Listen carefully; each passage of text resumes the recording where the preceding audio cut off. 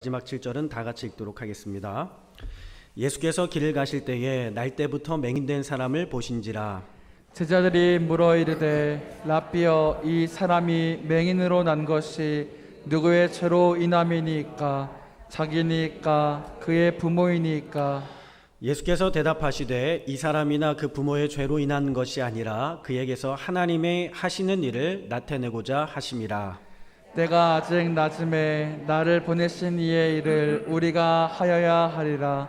밤이 오리니 그때는 아무도 일할 수 없느니라. 내가 세상에 있는 동안에는 세상의 빛이로라. 이 말씀을 하시고 땅에 침을 뱉어 진흙을 이겨 그의 눈에 함께 바르시고 있습니다. 이르시되 실로암 못에 가서 씻으라 하시니, 실로암은 번역하면 보냄을 받았다는 뜻이라. 이에 가서 씻고 밝은 눈으로 왔더라. 아멘. 오늘 예배 나오신 여러분들을 주님의 이름으로 환영하고 축복합니다. 우리 교회 성도님들 참 귀한 것 같아요. 왜냐하면 교회 오실 때 어느 분 하나 사실은 그냥 오시는 분이 없습니다. 어떤 분들은 교회 예배 오시기 위해서 1시간 동안 아픈 허리를 찜질을 해서요, 복대를 차고 와서 앉아 계시고 예배하시는 분이 계시고, 어떤 분은 심장이 멈추었다가 다시 뛰어서 정말 주님 다시 살려주신 생명 가지고 주님 앞에 나와 예배하는 분도 계시고, 어떤 분은 다리 수술을 하셔서 정말 지팡이를 붙잡고 간신히 한 걸음 한 걸음 걸어오셔서 예배에 참석하시는 분들도 계시고, 정말 그렇게 귀한 분들이 주님 앞에 나와 예배하고 계십니다. 저는 이 예배를 정말 하나님께서 기뻐하시고 또 예배 가운데 참여하시는 여러분들 하나님께서 복 주실 줄로 믿습니다. 오늘도 예배당에서 또 부속 예배실에서 또 온라인으로 영상으로 예배하는 우리 귀한 분들과 함께 인사하면 좋을 것 같습니다. 우리 이렇게 인사하겠습니다. 손 흔들면서 주님께서 축복하십니다. 이렇게 인사할까요? 주님께서 축복하십니다. 할렐루야. 아멘. 아멘. 우리 주님께서 예배하는 모든 분들을 축복하시고 또 은혜를 허락하여 주시는 줄로 믿습니다. 얼마 전에 그 서울대학교 입학 관련해서 기사가 나왔습니다. 그 서울의 강남과 강북에 있는 사람들이 얼마나 많은 학생들이 서울대에 들어가나 하고 보았더니, 강북에서 1명이 서울대 입학하게 되면은요, 강남에서 20명의 학생이 서울대에 입학하게 된다는 거예요. 이것이 무엇을 의미하는 거냐면, 돈 많은 가정의 사람들이 서울대에 좋은 대학에 더 많이 들어간다는 그러한 지표가 되었다는 것입니다. 예전에는 개천에서 용이 나오기도 했지만 지금은 신화가 되었다는 거예요. 그래서 교육의 평등, 기회의 평등은 사라진 지 오래고, 가난한 집, 어려운 집에서는 그 유리천장을 뚫고 나가기가 쉽지가 않다는 것입니다. 오늘 말씀해 보니까요, 태어날 때부터 유리천장을 가지고 태어난 한 사람의 이야기가 나오게 됩니다. 바로 시각장애를 가지고 태어난 사람이죠. 그는 태어날 때부터 앞을 볼 수가 없었습니다. 태어날 때부터 장애를 가지고 태어났어요. 이 유대인들의 사고방식과 생각에 있어서 날 때부터 장애를 가지고 태어난 사람들은요, 하나님의 저주를 받았기 때문이다, 이렇게 생각을 했습니다. 그러니까 저 사람의 삶의 문제가 어렵고, 삶의 문제가 있고 어렵고, 건강이 어렵고 문제가 있는 것은 저 사람이 지은 죄 때문이거나 아니면 저 사람의 부모가 지은 죄 때문에 하나님의 심판과 저주를 받아서 저렇게 살아가게 되는 거야. 하나님의 심판과 저주를 받았다고 생각하니까 그 사람은요, 벗어날 수 있는 길이 없는 거예요. 그래서 낙인을 찍고 살았다는 것입니다. 오늘도 한 맹인을 만나게 되는데요, 오늘 예수님의 제자들이 예수님에게 이렇게 물어보게 됩니다. 저 사람이 장애를 가지고 태어난 것은 누구의 죄 때문입니까? 저 사람의 죄 때문입니까? 아니면 저 사람의 부모의 죄 때문입니까? 이렇게 물어보는 장면이 보게 되죠. 사람들은요, 낙인 찍는 것을 참 좋아합니다. 당신은 저주받은 인생이야. 당신은 그래서 안 되는 거야. 당신은 어차피 해도 안 돼. 낙인을 찍어버려서 더 이상 벗어날 수 없도록 하는 것이 바로 사람들의 마음인 것 같아요. 근데 오늘 주님께서는요, 이 죄인으로 낙인 찍힌 한 사람의 생명에게 새로운 인생과 새로운 삶을 허락해 주신 줄로 믿습니다. 우리 3절의 말씀을 다 같이 함께 읽어보도록 하겠습니다. 3절의 말씀 다 같이 함께 읽겠습니다. 예수께서 대답하시되 이 사람이나 그 부모의 죄로 인한 것이 아니라 그에게서 하나님이 하시는 일을 나타내고자 하심이라. 아멘. 여러분, 오늘 예수님께서 말씀하시는 거예요. 이 사람의 과거는 어땠을지 모르지만, 그 사람의 인생은 어떻게 살아왔는지 모르지만, 이 사람을 통해서 오늘 하나님께서 새 일을 행하실 거야, 변화를 일으키실 거야, 새 생명을 주실 거야, 오늘 주님께서 말씀하고 계시는 것입니다. 여러분, 우리 인생 가운데 과거가 어떤 삶이었든지, 어떠한 어려움과 어떠한 부족함과 어떠한 실패의 삶을 살았든지요, 오늘 주님을 만나는 인생은요, 새 피조물이 되고 새 사람이 되고 새 인생으로 변화되는 줄로 믿습니다. 그래서 여러분, 두 가지로 함께 나누고자 하는데, 첫째는요, 우리의 뜻대로 되지 않는다고, 우리의 생각대로 되지 않는다고 해서 망하는 인생이 아니라는 것입니다. 때로는 우리가 기도하고 간구하는 대로 응답되지 않는 것이 하나님의 응답일 수 있다는 거예요. 여러분, 시각장애를 가지고 태어난 사람은요, 자신이 원해서 된 것이 아닙니다. 고쳐보려고 얼마나 많은 노력을 했겠어요. 집안의 모든 재산을 다 쓰면서 의사들을 찾아다니면서 고치려고 애를 썼을 것입니다. 그런데 회복되지 않았어요. 사람들이 볼 때 그의 인생은요, 하나님의 응답은 없는, 하나님의 응답조차도 생각할 수 없는 그러한 인생이었습니다. 저주받은 인생이었어요. 그런데 오늘 그에게 그것이 복으로 나타나게 되는데, 그 일로 말미암아 주님을 만나게 된다라는 것입니다. 어떤 목사님이 있었습니다. 이 목사님이요, 어느 날 어느 지역을 지나가다가 새롭게 지은 아주 멋있는 교회를 발견하게 됩니다. 예배당이 굉장히 크고요, 예배당이 굉장히 아름답고 세련되고 현대적으로 지어진 거예요. 그 예배당을 궁금해가지고 들어가서 딱 봤더니 예배당 본당의 좌석이 1000석이에요. 엄청 큰 거, 2층으로 되어 있어요. 1000석이에요. 목사님이 마음속으로 기도했대요. 하나님, 저 이런 교회에서 목회하게 해주세요. 이런 교회에서 목회하게 해주세요. 그리고 지나갔다는 것입니다. 근데 놀랍게도요, 1년도 안 돼서 그 교회 부임을 하게 되었다는 거예요. 네, 남 이야기라고 아멘 안 하시네요. 안 믿겨지셔서 아멘 안 하시는 거죠? 저도 안 믿었어요. 그런데 정말 하나님께서 그 기도했던 그 교회 담임으로 오게 하셨다는 것입니다. 그래가지고 목회를 하는데, 들어와서 보니까요, 교회가 너무 어려운 거예요. 이게 교회를 새로 지은 교회, 새로 지었는데, 원래는 구도심에 있다가 새 도심에 교회를 짓게 되면서 옛날 교회를 개척했던 성도님들하고 새롭게 들어온 성도님들이 싸우는 거예요. 교회가 하루도 갈등이 끊이지 않고 계속 갈라져서 싸우는 거예요.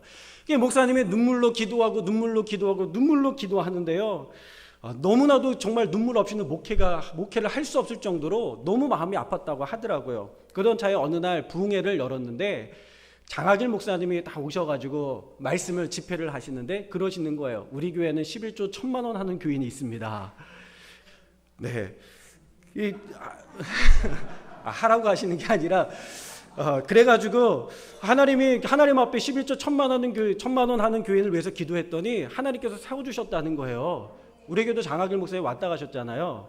이 목사님이요, 또 그 이야기를 듣고 기도하는 거예요. 하나님, 제가 본당 1000석 되는 교회는 와서 목회를 해봤으니 이제는 1000만 원 11조 하는 교인이 있는 교회로 가서 목회하게 해주세요. 그러고 기도했다는 것입니다. 그런데 그 교회를 옮기게 되었는데요, 정말 놀라운 것은 그 간 교회 11조를 1000만 원 하는 교인이 있었다는 거예요. 놀랍지 않습니까?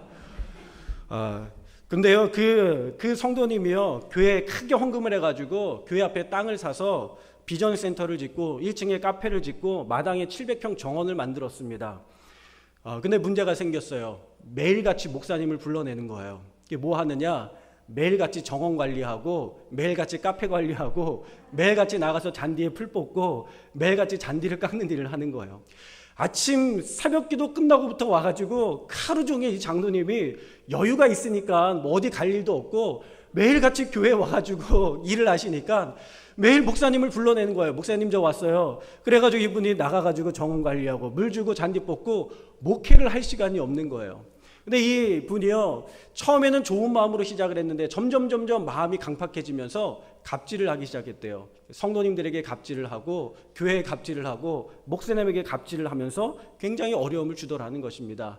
그러면서 교회 분위기가, 영적인 분위기가 바뀌어가면서 교회 중직 가운데 한 사람이, 정신이 이상한 사람이 있는데 예배 시간 때마다 칼을 들고 교회를 찾아온다는 거예요. 목사님 죽이겠다고. 그 목사님이요, 어떻게 예배를 드려요? 방검복이라고 아세요?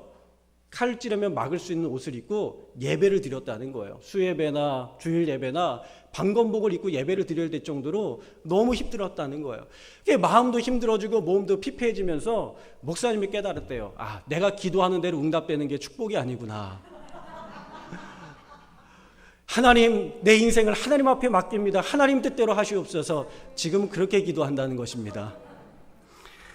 여러분, 목사님이요 그곳에 있으면서 간증을 참 많이 얻었대요. 그래서 전국에 평신도 세미나 가서 설교를 하는데 많은 분들이 그 이야기를 듣고 찾아왔습니다. 이 친구가 제 후배 목사이기도 한데 아기가 안 생겼어요. 몸무게가 물론 좀 많이 나가기도 했지만 몇 년을 기도했는데 아기가 생기지가 않는 거예요. 그러다가 7년 만에 아기가 생긴 거예요. 자, 그 간증과 여러 가지 교회 안에 목회하면서 칼 맞을 뻔했던 그 간증들을 가지고 이야기를 하니까요, 이 성도님들이 은혜를 받고 찾아와가지고 목사님 기도해달라고 많은 성도님들이 찾아왔다는 거예요. 근데 목사님이 이렇게 이야기했다는 거예요. 가서 담임 목사님에게 기도받으세요. 담임 목사님에게 기도받으세요 하면서 돌려보냈다는 겁니다. 근데 한 성도님이 왔는데 이 성도님은 도저히 기도해주지 않을 수 없는 성도님이었대요. 암에 걸렸는데 이미 돌아가실 때가 다 돼가지고 복수의 물이 다 차고요. 거의 눈이 흰자위가 보일 만큼 거의 정신이 이렇게 없어서 눈이 돌아갈 지경에 남편의 등에 몸에 엎혀가지고 오신 거예요. 그 남편분이 우리 아내 위해서 기도해 주세요. 우리 아내 위해서 기도해 주세요 하는데 도저히 외면할 수가 없어서 이 성도님을 위해서 기도해 주셨다는 겁니다. 여러분이 기도해 주신 성도님이 어떻게 되셨을까요? 살으셨을까요? 아니면 돌아가셨을까요? 네, 살으셨으면 좋겠는데 돌아가셨다는 거예요. 돌아가셨다는 거예요. 여러분, 100명이 찾아왔을 때 아무도 기도 안 해줬는데 단 한 명 기도해 드렸는데 돌아가셨다는 거예요. 여러분, 완전히 실패잖아요. 그런데요, 목사님이 실망하고 있는데 이 남편 권사님에게 연락이 왔어요. 뭐라고 왔느냐? 목사님 감사합니다. 기도해 주셔서 우리 아내가 평온한 가운데에 더 좋은 천국에 갔습니다. 목사님의 기도가 위로가 되었습니다. 하면서 그렇게 감사한 마음을 전하더라는 것입니다. 우리는 반드시 나아야 된다고 고침을 받아야 되는 것이 우리의 응답이라고 생각을 하지만 때로는 하나님께서 그것 말고 더 좋은 것, 더 하나님의 뜻 가운데에 하나님께서 더 큰 응답과 계획을 가지고 이루어 가신다는 것입니다. 그러면 여러분, 응답이 없다고 실망하지 마세요. 그것이 하나님의 더 큰 응답임을 깨닫고 항상 하나님 앞에 감사할 수 있는 믿음의 성도님들이 다 될 수 있기를 주님의 이름으로 축원합니다. 두 번째로 우리는요, 장애물을 통해서 하나님을 만날 수 있게 되는 거예요. 우리의 연약함으로 인해서 더 주님을 찾고, 우리의 부족함으로 인해서 더 주님을 찾고, 우리의 질병으로 인해서 더 주님 앞에 매달리고 기도하게 되지 않습니까? 구약에 나오는 야곱은 차자였습니다. 둘째였어요. 여러분, 이 쌍둥이에서 둘째였어요. 얼마나 아까워요. 거의 발 뒤꿈치를 잡고 태어났을 정도니 사실은 태어날 때 같이 태어났다고 봐야 옳지 않습니까? 그런데 늦게 태어났다고요. 세상에 늦게 나왔다고 둘째가 된 거예요. 평생 둘째의 서러움을 가지고 살아가야 되는 거예요. 저희 첫째가 아라고 둘째가 수하고 막내가 용민이잖아요. 막내는 그런 이야기는 잘 안 하는데 이 둘째 수아가요, 항상 언니를 위에 있으니까 항상 그러더라고요. 자기가 먼저 태어났으면 좋겠다고, 자기가 언니였으면 좋겠다고 항상 이야기를 하는 거예요. 여러분, 둘째의 서러움, 첫째도 나름대로 고충이 있는데 둘째로 나름대로 고충을 가지고 살아가고 있는 것 같아요. 그러니까 여러분, 이 야곱이요, 불과 1분 사이에 둘째가 되어버렸으니 얼마나 서러워요. 둘째가 되면서 장자의 축복을 빼앗겼죠. 가문과 기업을 다 빼앗기게 되었죠. 사회의 리더와 지도자의 역할, 족장의 역할까지 다 빼앗기게 되었죠. 항상 다 빼앗긴 인생을 살아가게 되니까 너무 속상한 거예요. 그 세상은 이야기하는 거예요. 너는 둘째니 안 돼. 너는 둘째라 소용없어. 너는 막내니까 소용없어. 너는 둘째야, 찾아야 하면서 안 된다고 하는 거예요. 그러니까 이 야곱이요, 어떻게 해서든지 장자권을 손에 넣으려고 형에게 배고플 때 팥죽을 팔아서 속이기도 하고, 아버지가 눈이 어두워서 몰라볼 때에 털옷을 입고 들어가서 마치 형인 것처럼 속이기도 하지만 그렇게 속이는 인생이요, 잘 될 수가 없어요. 형 에서가 그것을 알게 된 순간 죽이겠다고 찾아오게 되고요, 아버지와 어머니와 고향을 두고 떠나가게 되는 것입니다. 그런데 놀라운 일이 벌어졌어요. 그 서러운 인생 가운데 주님께서 만나주시는 거예요.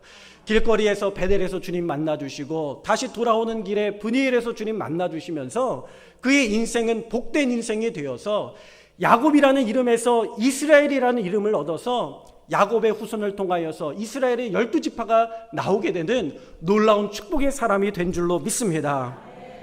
여러분, 다윗도 마찬가지예요. 다윗도 막내잖아요. 말째잖아요. 근데 보잘것없는 사람이었어요. 그는 목동이었습니다. 양치는 허드렛이라는 사람이었습니다.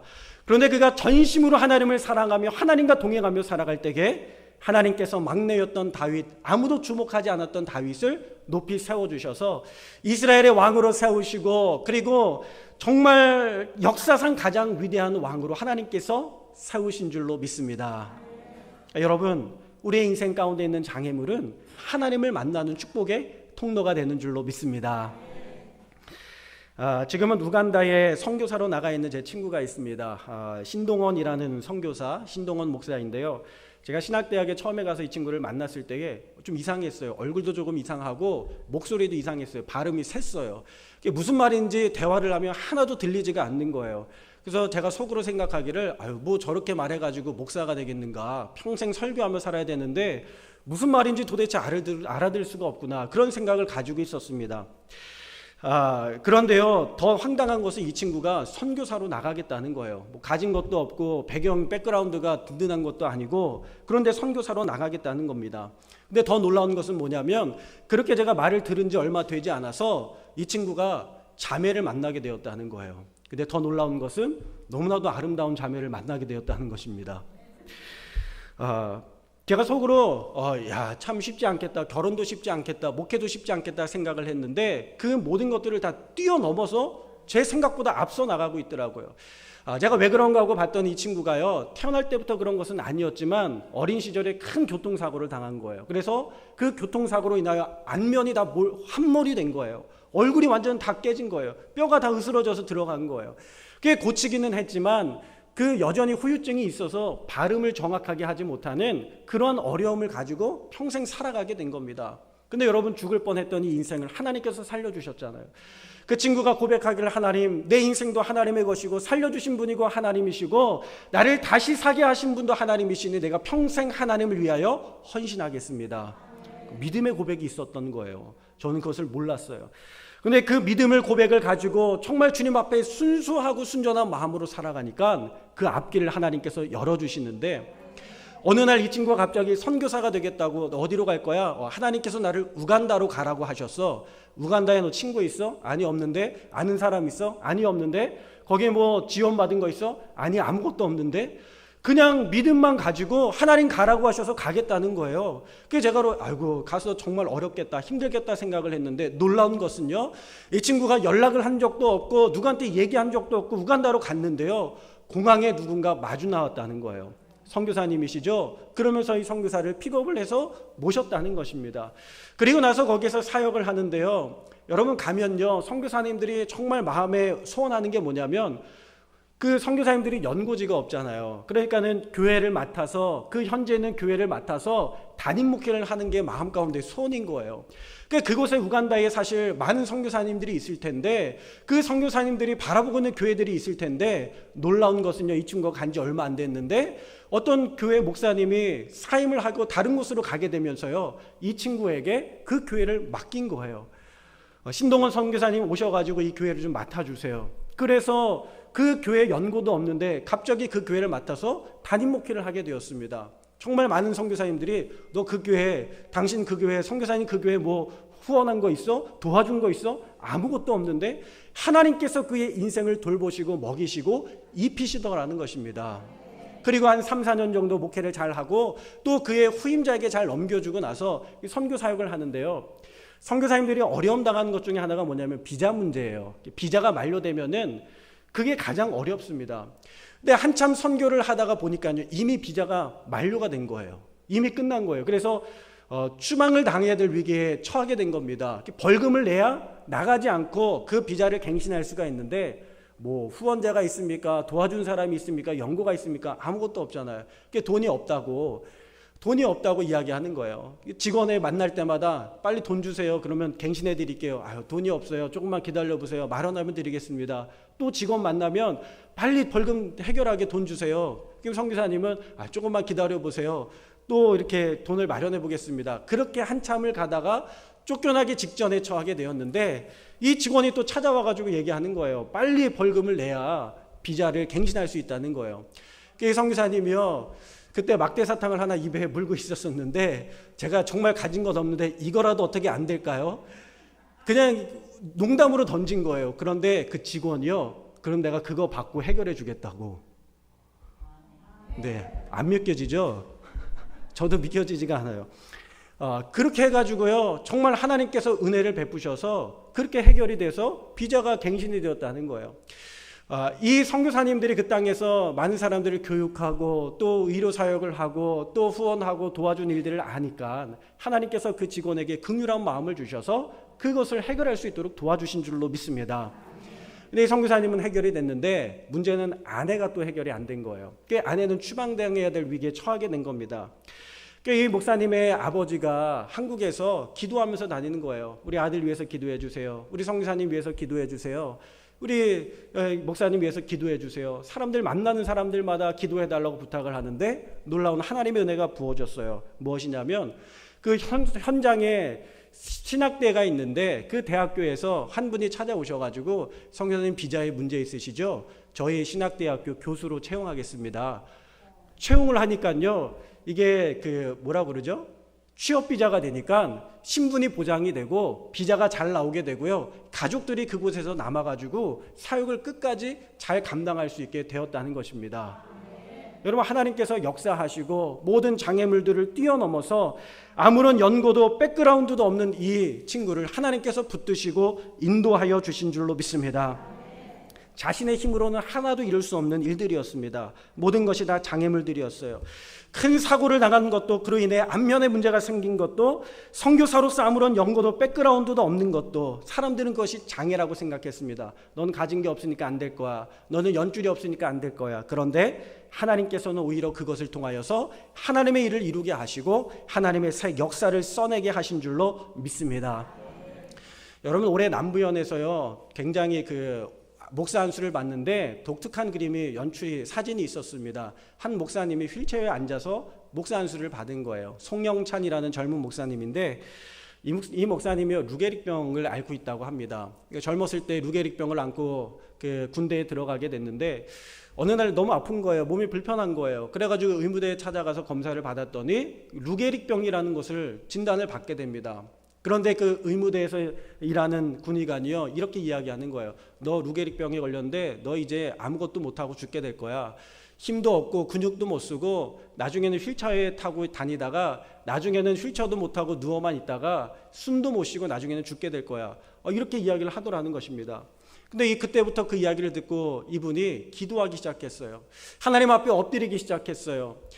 그런데 정말 그 말대로 몸이 점점 불편해지는 거예요. 그런데 그럼에도 불구하고 하나님의 말씀에 순종하며 살아갈 때 하나님께서 좋은 배우자를 만나서 또 결혼도 하게 하시고 가정도 이루게 하시고 또 하나님 어려운 상황 가운데서도 휠체어에 앉아서라도 목사 안수 받으면서 하나님의 사역을 위하여 자신과 같이 어려움 당한 사람들 위하여 헌신하며 수고하겠다고 안수를 받았습니다. 그분이 그러는 거예요. 남들은 한 걸음 그냥 쉽게 내딛는 걸음을 자신은 정말 그 매 걸음마다 기도하면서 하나님 앞에 내딛는다는 것입니다. 그런데 기도하면서 내딛을 때에 하나님께서 역사해 주시고 하나님께서 도와주시고 하나님께서 새 일을 일으켜 주신다는 것입니다. 여러분, 월요일쯤에 우리 한 성도님한테 전화가 왔습니다. 우리 교회 한 성도님 암으로 이렇게 고생을 하셨던 분인데 갑자기 호흡이 안 되신다는 거예요. 몸 안에 출혈이 생기고 호흡이 안 되셔서 병원에 입원하셨다는 것입니다. 중환자실에 들어가셨는데 자가 호흡이 안 된다는 거예요. 기계를 달고 호흡을 하는데 그 호흡이 안 되면 위험한 상황에 처할 수 있게 된다는 것입니다. 그 이야기를 붙들고 우리 새벽에 우리 성도님들하고 같이 기도했어요. 그날 말씀이 말라기서의 말씀, 여호와께서 치료하는 광선을 비춰 주시옵소서, 그 말씀을 붙들고 우리가 새벽에 기도하였습니다. 근데 그날 아침에 감사하게도 연락이 왔어요. 호흡이 돌아오셨다는 거예요. 제가 그날 새벽에 기도하면서 그렇게 기도했습니다. 하나님, 중환자실에 있는 동안에 정말 사람도 만나지도 않고 아무 가족도 볼 수 없는 그 외로운 시간 가운데에 예수님 찾아가 주셔서 만나주세요. 예수님 못자국 난 손 보여주세요. 예수님 십자가에 달리신 주님의 은혜와 사랑을 알게 해주세요. 제가 그렇게 기도했습니다. 우리 인생 가운데 처해 있는 모든 위기와 장애물들은 주님을 만날 수 있는 놀라운 기회가 된다는 거예요. 그리고 주님을 만날 때에 우리의 모든 불가능을 넘어서서 소생케 하시는 하나님의 역사를 경험하게 되는 줄로 믿습니다. 오늘 날 때부터 시각장애를 가지고 태어난 사람, 불가능으로, 죄인으로, 부정적으로 낙이 찍힌 사람이었습니다. 근데 오늘 예수님 만남으로 인하여서 많은 사람들에게 누구든지 변화될 수 있는 놀라운 새로운 시각을 던져주고 있는 거예요. 불가능은 없다. 할 수 있거든이 무슨 말이냐? 여호와에게는 능치 못한 일이 없는 줄로 믿습니다. 여러분, 우리 인생 가운데 둘러싸고 있는 장애물이 있습니까?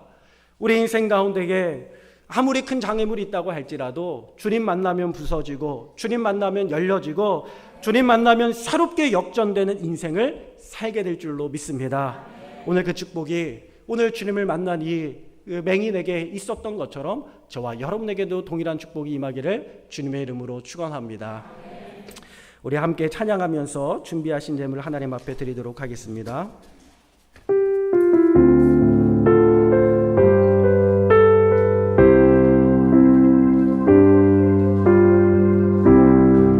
주님 나를 부르시니 두려움 없이 배서 나아가리라. 주님 나를 부르시니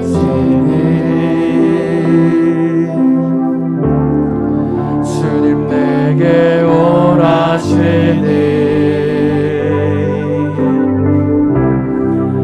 주님 보고 계시기에 의심치 않고 바다를 걸어가리라. 주님 보고 계시기에 주님 여기 계시기에 주님 여기 계시기에 이 깊은 바다가 반석이 되고 주님 여기 계시기에 반석이 내가 걸어가리라.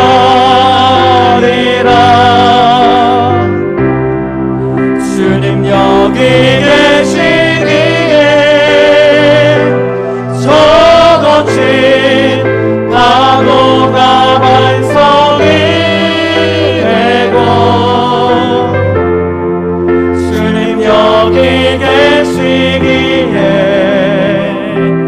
반석이 내가 걷습니다. 한 번 더 찬양하겠습니다. 주님 나를 부르시니 주님 나를 부르시니 두려움 없이 배에서 나아가리라. 두려움 없이 배에서 나아가리라. 주님 나를 부르시니 주님 나를 부르시니 주님 내게 오라시니 주님 내게 오라시니 주님 보고 계시기에 주님 보고 계시기에 의심치 않고 바다를 건너가리라. 의심치 않고 바다를 걸어가리라. 주님 보고 계시기에 주님 보고 계시기에 주님 여기 계시기에 주님 여기 계시기에 주님 여기 계시기에